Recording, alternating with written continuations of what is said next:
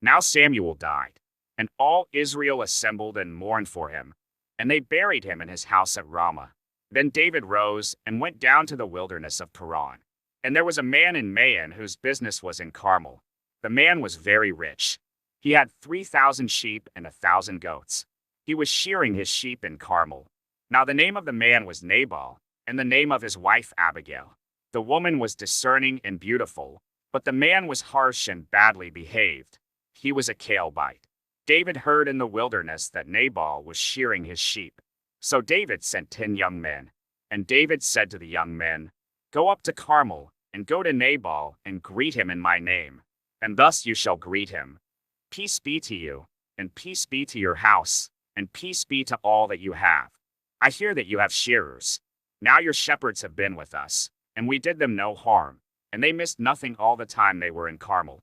Ask your young men, and they will tell you. Therefore let my young men find favor in your eyes, for we come on a feast day. Please give whatever you have at hand to your servants and to your son David." When David's young men came, they said all this to Nabal in the name of David, and then they waited. And Nabal answered David's servants, "Who is David? Who is the son of Jesse? There are many servants these days who are breaking away from their masters. Shall I take my bread and my water and my meat that I have killed for my shearers, and give it to men who come from I do not know where?" So David's young men turned away and came back and told him all this. And David said to his men, "Every man strap on his sword." And every man of them strapped on his sword. David also strapped on his sword. And about 400 men went up after David, while 200 remained with the baggage. But one of the young men told Abigail, Nabal's wife, "Behold, David sent messengers out of the wilderness to greet our master, and he railed at them. Yet the men were very good to us, and we suffered no harm, and we did not miss anything when we were in the fields, as long as we went with them. They were a wall to us both by night and by day, all the while we were with them keeping the sheep. Now therefore know this and consider what you should do. For harm is determined against our master and against all his house, and he is such a worthless man that one cannot speak to him."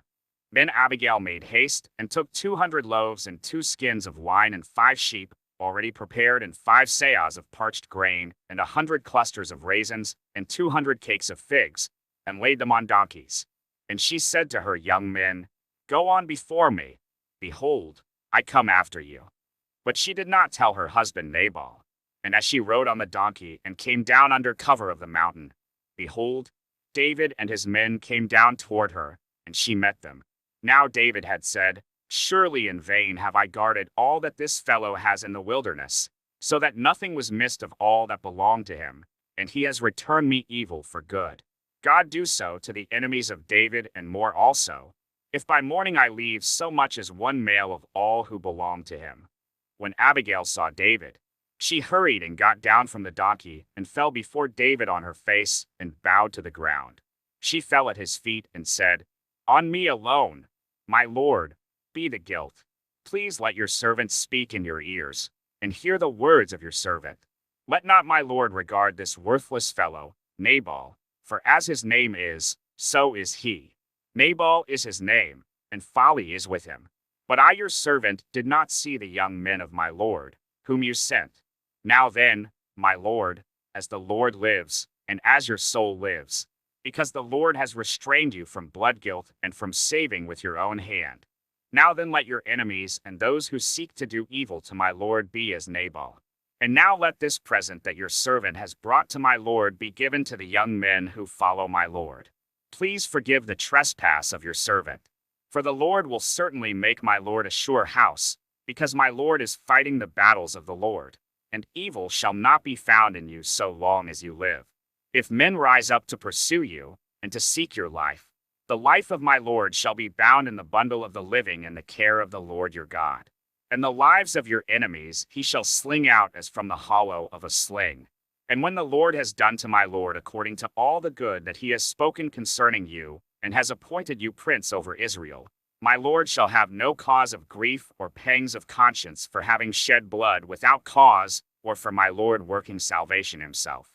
And when the Lord has dealt well with my lord, then remember your servant." And David said to Abigail, "Blessed be the Lord, the God of Israel, who sent you this day to meet me. Blessed be your discretion, and blessed be you, who have kept me this day from blood guilt and from working salvation with my own hand. For as surely as the Lord, the God of Israel, lives, who has restrained me from hurting you, unless you had hurried and come to meet me, truly by morning there had not been left to Nabal so much as one male. Then David received from her hand what she had brought him, and he said to her, Go up in peace to your house. See, I have obeyed your voice, and I have granted your petition. And Abigail came to Nabal, and behold, he was holding a feast in his house, like the feast of a king. And Nabal's heart was merry within him, for he was very drunk. So she told him nothing at all until the morning light. In the morning, when the wine had gone out of Nabal, his wife told him these things, and his heart died within him, and he became as a stone. And about 10 days later the Lord struck Nabal, and he died.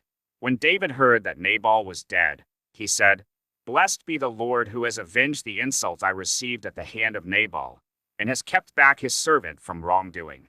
The Lord has returned the evil of Nabal on his own head. Then David sent and spoke to Abigail, to take her as his wife. When the servants of David came to Abigail at Carmel, they said to her, David has sent us to you to take you to him as his wife. And she rose and bowed with her face to the ground and said, Behold, your handmaid is a servant to wash the feet of the servants of my lord. And Abigail hurried and rose and mounted a donkey, and her 5 young women attended her. She followed the messengers of David and became his wife. David also took Ahinoam of Jezreel, and both of them became his wives. Saul had given Michal his daughter, David's wife, to Palti the son of Laish, who was of Gaulim.